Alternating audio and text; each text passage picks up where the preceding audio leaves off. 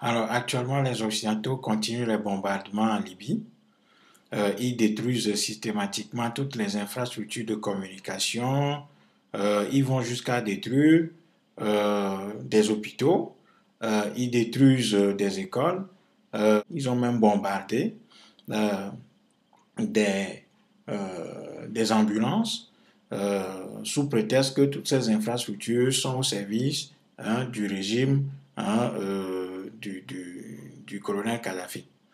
Euh, ils bombardent aussi toutes les infrastructures de télécommunication.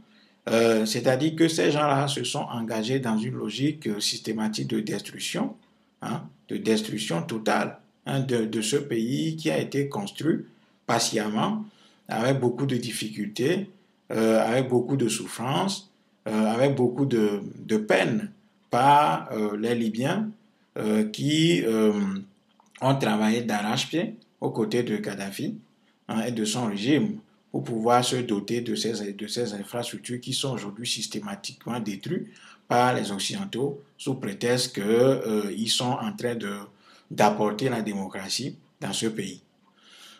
Aujourd'hui, il paraît clair que ces gens-là, malgré qu'ils aient découvert par eux-mêmes, notamment par la personne du général Stavridis et autres, qui sont certainement briefés par les services secrets et qui ont découvert par eux-mêmes que ce qui se passe en Libye est le fait d'Al-Qaïda, du Hamas et d'autres mouvements terroristes, notamment ATMI par exemple.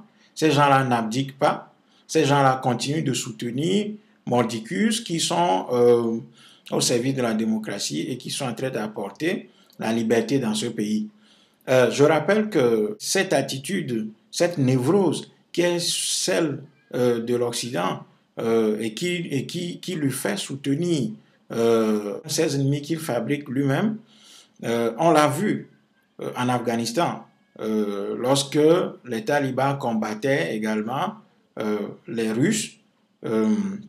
Lors de la guerre froide, ce sont les États-Unis qui ont armé ces talibans-là contre les Russes.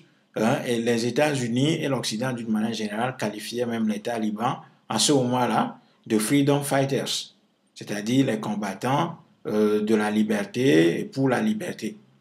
Et lorsque ces freedom fighters se sont à un moment donné débarrassés de la Russie et que les Occidentaux voulaient prendre la place de la Russie, et qu'à partir de ce moment, lorsque ces freedom fighters se sont engagés dans des actions contre les Occidentaux, eh bien, l'Occident a fait de ces gens-là ses ennemis et a décrété que ce sont des terroristes qui doivent combattre Mordicus et que le monde entier doit le soutenir dans ce combat contre les freedom fighters d'hier, qui sont les talibans d'aujourd'hui. Alors, on est dans la même logique aujourd'hui en Libye, où malgré que l'Occident découvre lui-même qu'il s'agit bel et bien d'actions terroristes contre le régime de Kadhafi, ces gens-là n'abdiquent pas, ces gens-là ne reculent pas, ils continuent et ils vont même jusqu'à livrer des armes à ces soi-disant rebelles, à ces soi-disant révolutionnaires libyens, et ils leur envoient des instructeurs, ils leur envoient des bombes, ils leur envoient des munitions, et ils se sont même engagés aux côtés de ces gens-là avec des services secrets qui les renseignent, qui les informent. Et bon, voilà, le but de cette opération, c'est de se débarrasser du régime Kadhafi, de faire main basse sur le pays, et de voler ses richesses, et après nous dire sans surprise que effectivement ils sont en face des terroristes lorsque les rebelles d'aujourd'hui vont se transformer en combattants contre l'occupation occidentale en Libye. Donc, cela veut dire que ces gens, les Occidentaux, ne reculent devant rien du tout quand ils essaient de satisfaire leurs intérêts. Ils vont jusqu'à armer leur propre ennemi aujourd'hui, parce qu'aujourd'hui, dans leur logique d'intérêt, ça les arrange d'armer ces gens, et demain, comptant sur leurs forces et sur leurs outils de propagande médiatique, eh bien, ils diront simplement qu'ils sont en face des terroristes en Libye qui sont des anti-occidentaux, des anti-américains primaires. Donc, aujourd'hui, vu la destruction, vu la mort, vu la désolation, vu le chaos que l'Occident sème en Libye, nous devons, en tant que peuple, nous mobiliser. Parce que la vérité est que les réactions anti-guerre et contre cette guerre en Libye sont suffisamment modérées. Voilà, on est suffisamment modéré, les réactions ne sont pas organisées. Ensuite, il n'y a pas une ferme condamnation de la part véritablement de l'opinion africaine contre cette agression, contre un pays qui est géographiquement situé en Afrique et qui, malgré tout ce qu'on peut lui reprocher, a quand même soutenu pas mal de mouvements de libération en Afrique et notamment, par exemple, le grand mouvement contre l'apartheid en Afrique du Sud. Donc aujourd'hui, je crois qu'il me paraît fondamental de nous d'appeler les uns les autres à prendre les choses en main, à monter d'un cran notre indignation, notre colère face à ces bombardements qui tuent des civils, qui détruisent tout ce que les Libyens ont construit ces 40 dernières années aux côtés du colonel Kadhafi. Nous savons, et nous l'avons dit depuis 2008, lorsque la crise des subprimes a plongé l'Occident dans l'une des crises économiques, sinon systémiques, les plus graves, nous avions dit en ce moment-là que l'Occident allait résoudre, allait trouver des solutions à cette crise-là, à cette crise systémique, en engageant des actions militaires contre d'autres pays. Et comme ce fut le cas en 1929, suite à ce qu'on a appelé la grande crise économique de 1929. Alors, effectivement, au lendemain de cette crise économique, la guerre du Congo a repris. Tout le monde sait que la guerre du Congo, c'est l'une des guerres les plus atroces qui a fait des millions et des millions de morts dans un silence total, et que cette guerre n'a rien d'ethnique. Au contraire, elle est une guerre d'agression et de rapine pour pouvoir mettre la main sur les richesses de ce pays et voler totalement les populations congolaises, les priver de leurs ressources pour pouvoir faire le bonheur des multinationales qui ne cessent de piller ce pays, d'armer des gens dans ce pays, d'armer les pays limitrophes du Congo pour pouvoir totalement détruire le Congo et lui voler ses richesses et plonger ses populations dans une des misères les plus cruelles au monde. Donc, effectivement, dans cette logique de résolution des problèmes économiques par les guerres, eh bien, vu qu'aujourd'hui en Asie et au Moyen-Orient, l'Occident a des fronts ouverts, eh bien, aujourd'hui, son agression s'est tournée vers l'Afrique.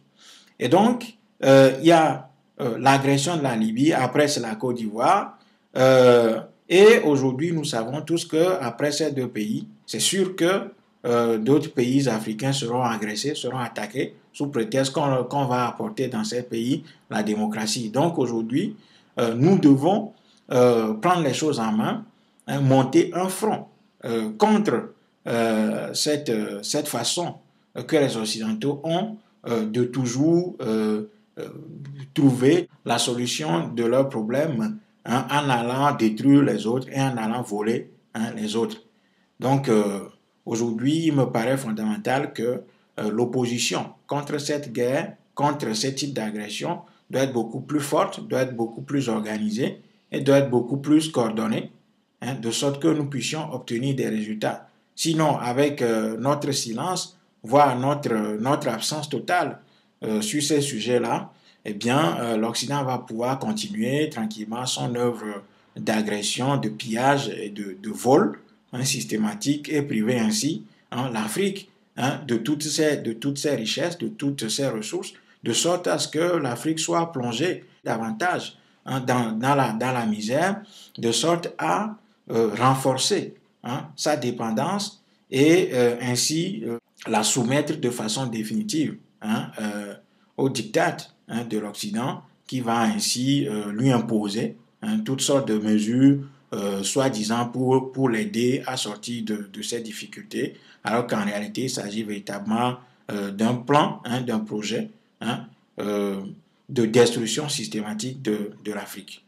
Donc aujourd'hui, la situation en Libye doit nous interpeller. Nous devons dire clairement ce que nous pensons de ce qui se passe en Libye, nous opposer clairement à ces bombardements qu'on qualifie aujourd'hui joliment de frappe, d'opération et tout. Comme ça, on ne se rend pas compte. C'est-à-dire que le vocabulaire va structurer véritablement la pensée, de sorte à éloigner toutes les pensées des chemins de l'indignation et de l'opposition contre cette agression militaire qu'on enrobe aujourd'hui dans un vocabulaire tout à fait neutre, voire joli. Sinon, la situation va s'aggraver et à chaque fois que l'Occident sera face à des difficultés, bon, il va chercher la solution en Afrique, bombarder des pays et ainsi trouver la solution, se renforcer au détriment de l'Afrique qui lui sera ainsi soumise durant des siècles et des siècles.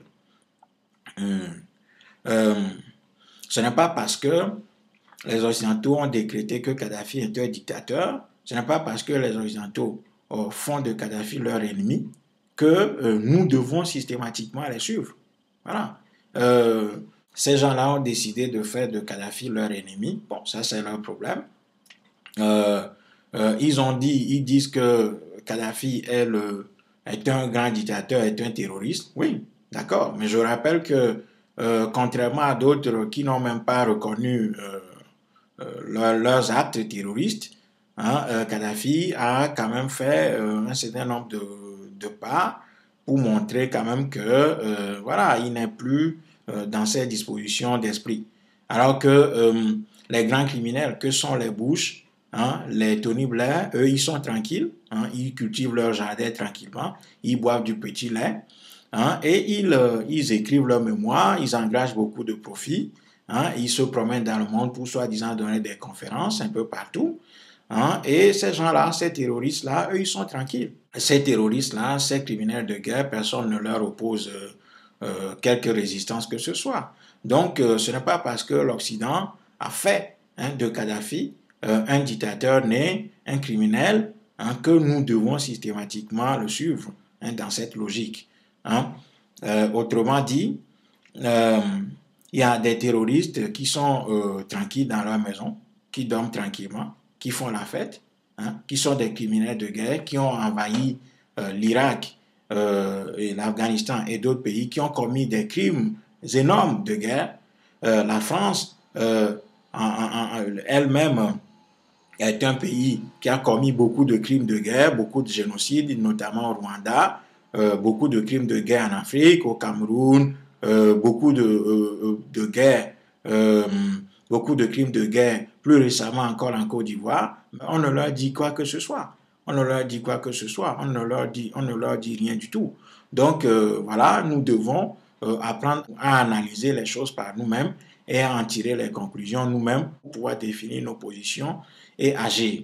Donc voilà la situation aujourd'hui. Nous devons sortir de notre torpeur et de notre hésitation à l'égard d'un Kadhafi qui serait un dictateur né, qui serait le plus grand criminel du monde, et qu'il faut l'abattre et ainsi accompagner l'Occident dans son œuvre de destruction de ce pays qu'est la Libye, qui a été construit avec beaucoup de difficultés ces 40 dernières années.